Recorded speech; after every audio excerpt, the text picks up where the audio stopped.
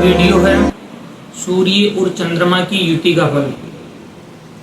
वैदिक ज्योतिष में यह युति अत्यंत महत्वपूर्ण मानी गई है, क्योंकि ये दोनों ग्रह सूर्य आत्मा का और चंद्रमा मन का प्रतीक है। जब ये एक ही राशि में या एक ही साथ हो तो इसे युति कहते हैं। तो इसका व्यक्ति के जीवन पर बहुत विशेष प्रभाव पड़ता है।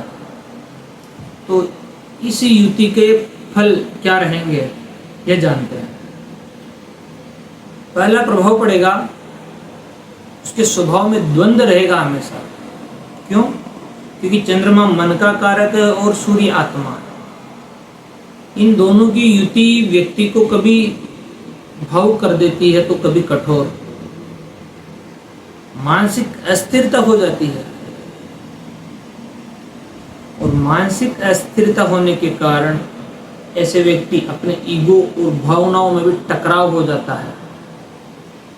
सूर्य आत्मसम्मान का भी कारक है और चंद्रमा भावनात्मकता का है। इस कारण संघर्ष हो जाता है, चाहे परिवार में हो चाहे रिश्तों में हो। हर जगह रिश्तों में तनाव आ जाता है, परेशानियां उत्पन्न हो जाती है। सामान्यतः यह युति अमावस्या के आसपास में होती है। सूर्य के तेज के सामने चंद्रमा कमजोर हो जाता है, जिससे व्यक्ति को निर्णय लेने में परेशानियां हो सकती है। चंद्रमा आत्मबल मनस्थिति को कमजोर कर देता है चंद्रमा की वजह से। और यदि चंद्रमा मजबूत हो, जैसे कर्क में हो स्वग्रही, वृषभ में हो उच्च का, तब यह योग किसी भी जातक को भावनात्मक रूप से स्थिर, धार्मिक और मानसिक रूप से शक्तिशाली बना देता है। यहाँ पर सूर्य भी उच्च के हो सकते हैं कहीं पर, जैसे मेष राशि में हो, सिंह राशि में हो, स्वग्रही होते हैं। तो व्यक्ति में एक नेतृत्व की क्षमता और आत्मबल और उसे प्रसिद्धि पाने की एक ललक होती है। लेकिन चंद्रमा कमजोर हो सकता है यहाँ पर, क्योंकि अस्त हो सकता है। तो ऐसी स्थिति में व्यक्ति कितने ही बड़े पदों पे चला जाए, लेकिन वह भावनात्मक रूप से कमजोर ही होता है, मानसिक रूप से कमजोर ही होता है। माता और पिता के बीच भी सामंजस्य में कमी हो जाती है। माता का कारक चंद्रमा है, पिता का कारक सूर्य है। चंद्रमा कमजोर होगा तो माता के स्वास्थ्य में परेशानियां उत्पन्न होगी। ऐसे जातकों का बाल्यकाल जो होता है वो बड़े संघर्षपूर्ण होता है।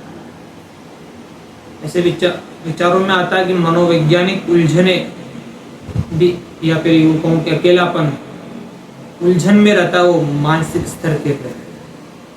और यदि अच्छे भाव में हो, अच्छे मजबूत स्थिति में हो यह युति, तो राजनीति और प्रशासन के क्षेत्र में भी बड़ी उन्नति देती है। कुछ लग्न होते हैं जहां पर यह युति बड़े श्रेष्ठतम परिणाम देखने को मिले हैं। जैसे मेष लग्न हो,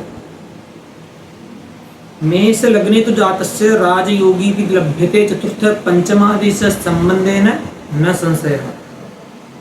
मेष लग्न के अंदर यदि सूर्य और चंद्रमा की युति बन जाती है तो यह राजयोग कारक हो जाती है, क्योंकि चतुर्थ चंद्रमा बनते हैं, पंचमेश देवगुरु ये सूर्य बनते हैं। तो इस कारण मेष लग्न वालों के लिए यह युति श्रेष्ठ है।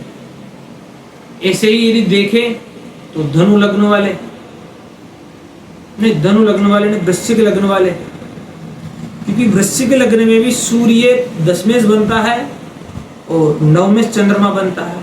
तो यहाँ पर भी केंद्र त्रिकोण का संबंध बन जाता है। तो यह युति उस वृश्चिक लग्न में श्रेष्ठतम परिणाम देखने को देती है।